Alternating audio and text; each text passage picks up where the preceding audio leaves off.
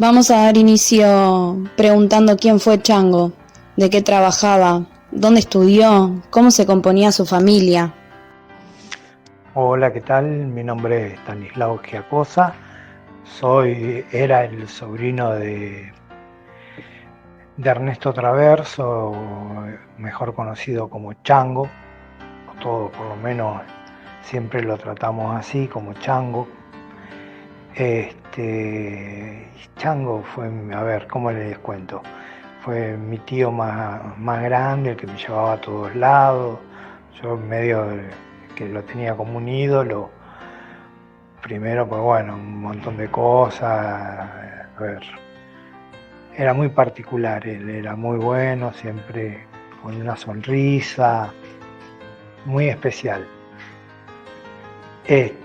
Trabajaba, yo recuerdo que tenía una imprenta y una cerrajería y tenía en esos dos negocios. También lo alternaba con sus estudios, que lo abandonó después. Estudió medicina él, y bueno, todo lo que fue primaria y secundaria lo hizo en el Sagrado Corazón, donde revuelve las tripas, pero del curso ese hay aproximadamente entre 4 o 5 compañeros desaparecidos, y un represor que los entregó, los torturó y en algunos casos los asesinó, como el caso de Chango. Se calcula que fue él porque estaba implicado y fue juzgado por casos de lesa humanidad, y dentro de ello estaba el de mi tío también. La familia él estaba en pareja con una compañera también de la militancia, que era Nelly González, de Corrientes, y ahí habían tenido 2 hijos, María Sol, que es mi prima, y Ernestito. ¿Y Chango cuándo empezó a militar? ¿Cuál fue su orientación política y sus principales factores atrayentes a esta ideología y organización? Un fuerte condicionamiento en lo que eran los adolescentes de clase media y con perfiles de ser muy católicos, ya que ellos hacían trabajo en los asentamientos marginales, y bueno, viendo las necesidades empezaron a ver cómo tratar de modificar todas esas injusticias que ellos veían, y ahí es donde, bueno, empiezan a militar la mayor cantidad. ¿Y se sabe si él participó de alguna movilización violenta? Él estaba con un cargo alto y dentro de la organización, como te había dicho, y sí, por supuesto que habrá tenido enfrentamiento o algo por el estilo. Y yo no lo digo que sean movilizaciones violentas, porque, a ver, era una forma de respuesta a ellos que tenían ante ciertos reclamos que no tenían respuesta de parte de un Estado opresor, con el cual no tenía la vista en otros planes económicos que nunca iban a beneficiar a la clase baja ni media, ni preocuparse por cuestiones de educación o de salud o vivienda o etcétera. Y en cuanto a su desaparición, ¿cuándo y dónde? ¿Cómo fue su secuestro? ¿Qué consecuencias trajo a la familia? Bueno, a Chango lo secuestran en febrero, a fines de febrero del 77, el 27 de febrero, si no me equivoco, sí, un 27, 26 de febrero a la noche, justo de la casa donde habíamos vivido nosotros, yo con mi hermana, mi viejo y mi vieja. antes de irnos exiliados a Panamá, que queda en Boulevard Oroño al 1500. Para que se den una idea, es a una cuadra del tribunal, sí, una cuadra al lado del consulado italiano, o sea que, a ver, esos eran operativos que se hacían, se cerraban la calle, te cruzaban los Falcon o los Farland verde, iban y te pateaban la puerta y te chupaban. Se lo llevaron a él y a la pareja, a la madre de los chicos que vivían todos ahí. A ella la largan a los, no recuerdo bien si fue 15 días, un mes, pero Chango no corrió con la misma suerte.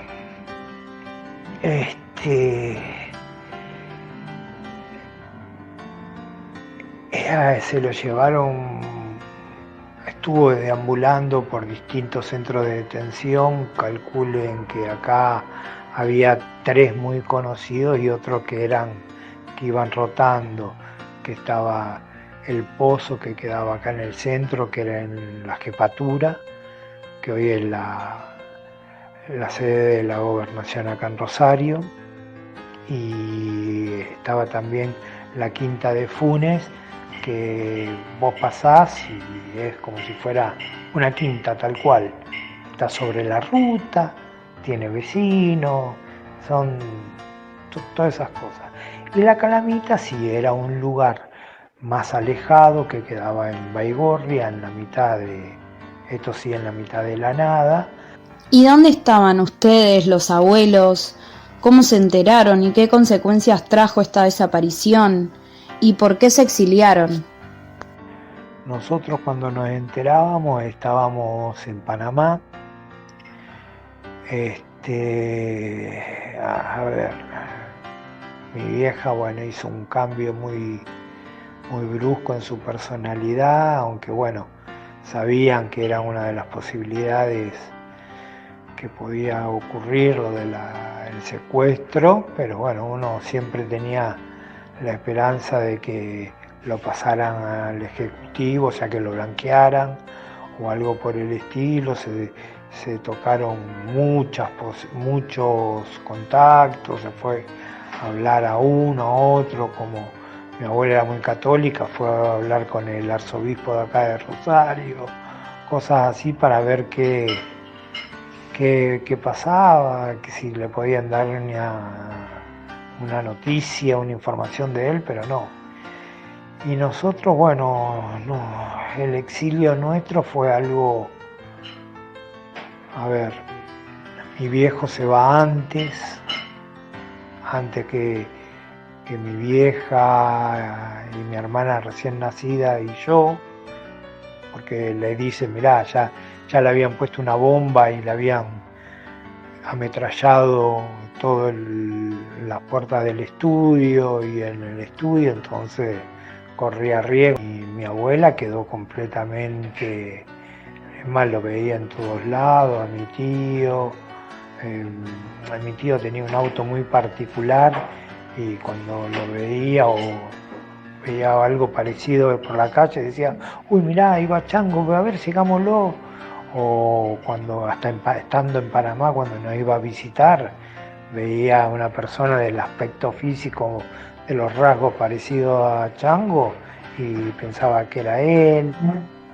Mi tía no tuvo siempre problemas psicológicos y creo que en gran parte lo han sido a raíz de todo lo que se vivió, porque ella estaba acá, no se exilió ni nada. Y mi vieja se quedó en esa época, a ver, era todo hablar, todo de los 70, recordar esa época, hablar siempre de eso. No en un detalle como para contarnos la historia bien de en qué andaban o qué no andaban, pero siempre como que se quedan congelados. Mi viejo, que bueno, yo creo que no lo secuestraron, pero él murió cuando entre un viaje y otro, creo que se fue muriendo entre un exilio y un segundo exilio, porque no te olvides que cuando volvés te exiliás, también te tenés que ir de un lugar y dejar todo, o te lo llevás o lo vendés, pero es así, es toda una sensación muy rara. Y en cuanto a la aparición de sus restos en 2019, ¿dónde transcurrió? Los restos de Chango aparecieron en una fosa común en el cementerio de La Piedad. Justo en esa misma fosa aparecieron también los restos de los 4 chicos que estaban en el auto que prendieron fuego y quisieron simular un enfrentamiento y que después se prendió fuego el auto, que era la típica que te hacían. Todos conocidos, había un chico, Guillermo Guay, que era conocido de mi vieja, además creo que había noviado también antes de su adolescencia, antes de casarse con mi viejo, con Guillermo. Guillermo era un reconocido rugbyer de acá de Rosario. Bueno, son cosas que, bueno, uno dice, cerramos las heridas con esto, o terminamos el luto, que son inconclusos, pero creo que reabren muchos recuerdos y no recuerdos que uno tiene, y si no lo sabes manejar hacen